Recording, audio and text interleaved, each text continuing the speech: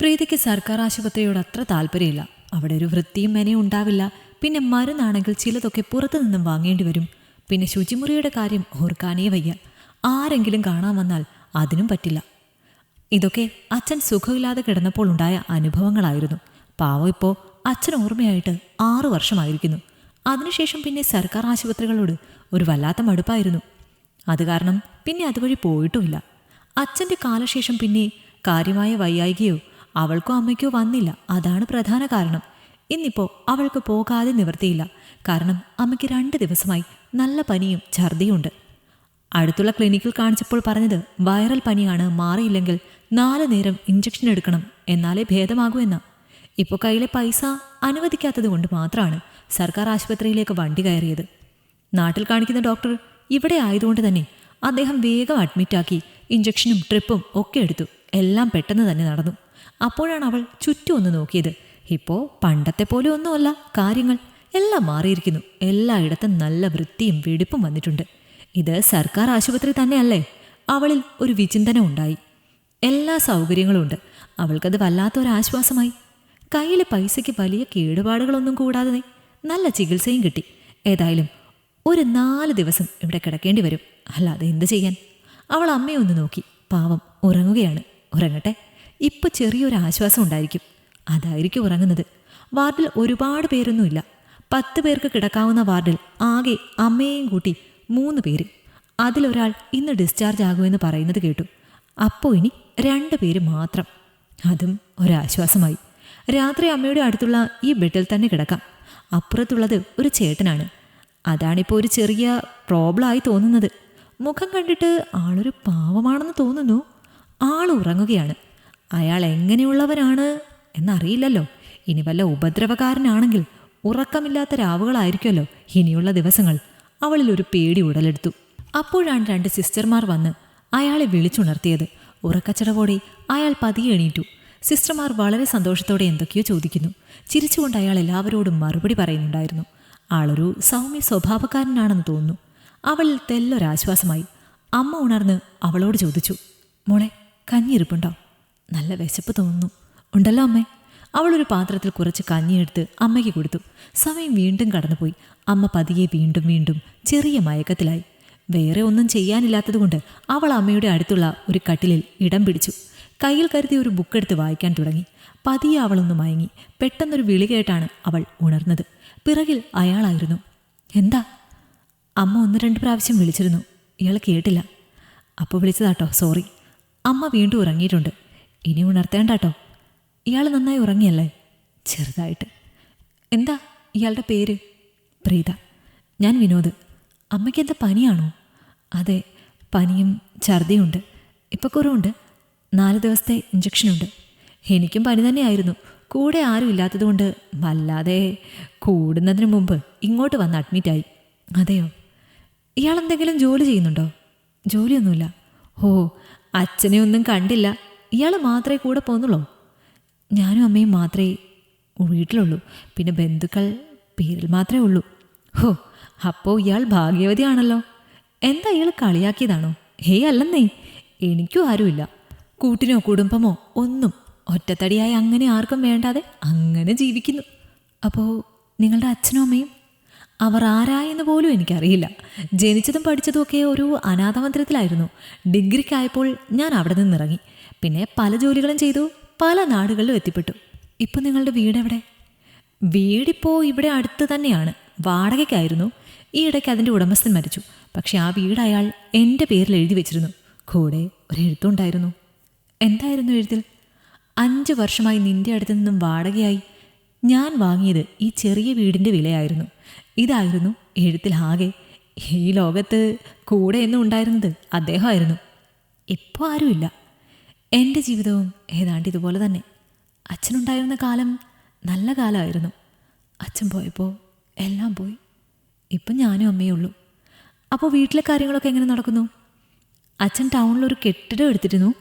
നല്ല കാലത്തായതുകൊണ്ട് അതിൻ്റെ ലോണും മറ്റും എല്ലാം തീർന്നു.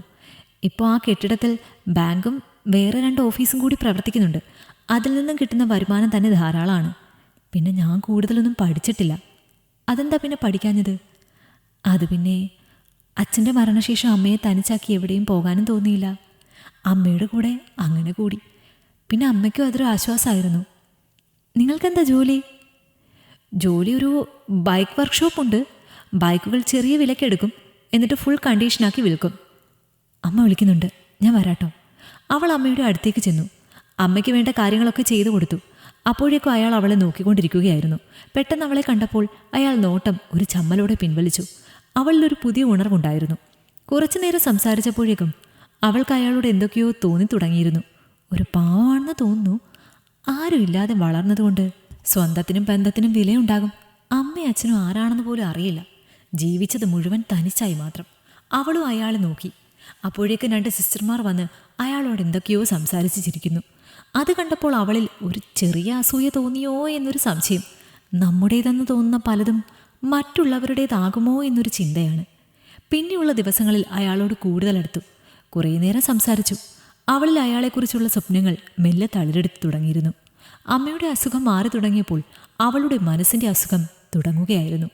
അതിന് പ്രണയം എന്ന് വിളിക്കണോ അതോ ഒരു സൗഹൃദം എന്നാണോ വിളിക്കേണ്ടത്? അവളിൽ എന്തൊക്കെയോ തോന്നി തുടങ്ങിയിരുന്നു. അന്ന് ആശുപത്രിയിലെ അവസാന ദിവസമായിരുന്നു. അയാളും അവരുടെ കൂടെ തന്നെ ഡിസ്ചാർജ് ആയിരുന്നു. അയാളോട് യാത്ര പറഞ്ഞ് അമ്മയുടെ കൈയും പിടിച്ച് ആശുപത്രിയുടെ പടികളിറങ്ങുമ്പോൾ അവളുടെ മനസ്സിൽ അയാളുടെ മുഖം മാത്രമായിരുന്നു. വീട്ടിലെത്തിയിട്ടും അവളുടെ ചിന്തകൾ അയാളിലൂടെ പാഞ്ഞുപോയി. അവൾക്ക് എന്തൊക്കെയോ നഷ്ടപ്പെട്ട ഒരു ദുഃഖം പോലെ തോന്നി. ഒന്നിനും ഒരു ഉഷാറില്ലാത്ത പോലെ. എന്തു ചെയ്യാൻ? അയാളുടെ ഫോൺ നമ്പർ ചോദിക്കണമെന്നുണ്ടായിരുന്നു.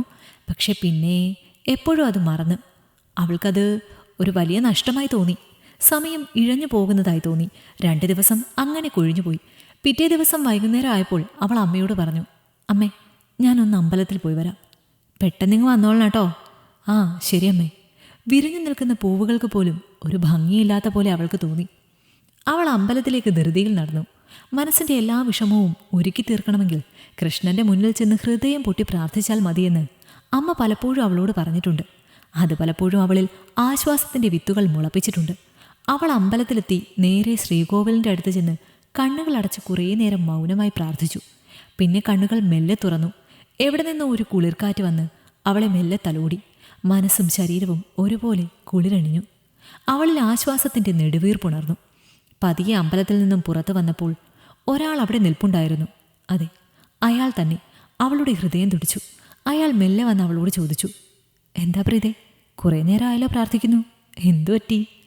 അത് പിന്നെ ഞാൻ, അമ്മ പറഞ്ഞിട്ടുണ്ട് മനസ്സ് വല്ലാതെ വിഷമിക്കുമ്പോൾ ഇവിടെ വന്ന് പ്രാർത്ഥിച്ചാലെല്ലാം ശരിയാകുമെന്ന്. എന്നിട്ടിപ്പോൾ എല്ലാം ശരിയായോ? ഏട്ടൻ്റെ പനി മാറിയില്ലേ? ഹോ, അതൊക്കെ എപ്പോഴേ മാറി. പിന്നെ അമ്മയ്ക്ക് എങ്ങനെയുണ്ട്? കുഴപ്പമില്ല, എല്ലാം ക്ലിയറായി വരുന്നുണ്ട്. ഇയാൾ അമ്പലത്തിലേക്ക് വന്നതാണോ? അതെന്താ, എനിക്ക് അമ്പലത്തിലേക്ക് വന്നൂടെ?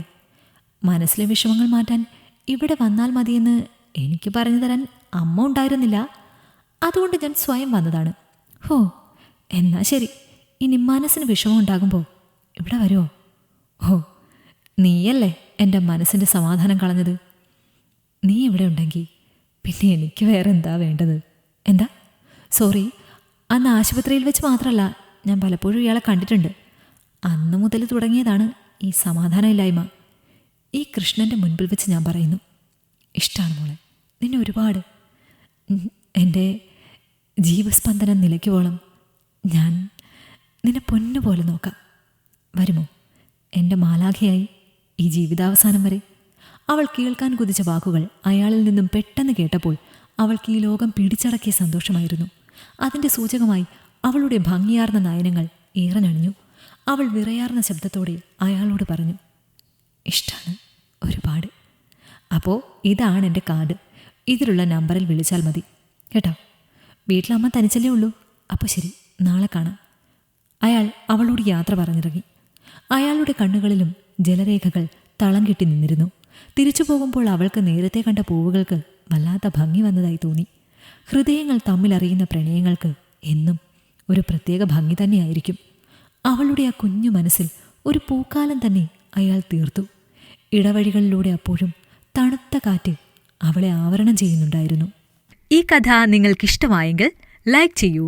നിങ്ങളുടെ അഭിപ്രായങ്ങൾ കമന്റായി രേഖപ്പെടുത്തൂ. കൂടുതൽ കഥകൾ കേൾക്കാൻ ഈ ചാനൽ സബ്സ്ക്രൈബ് ചെയ്യൂ.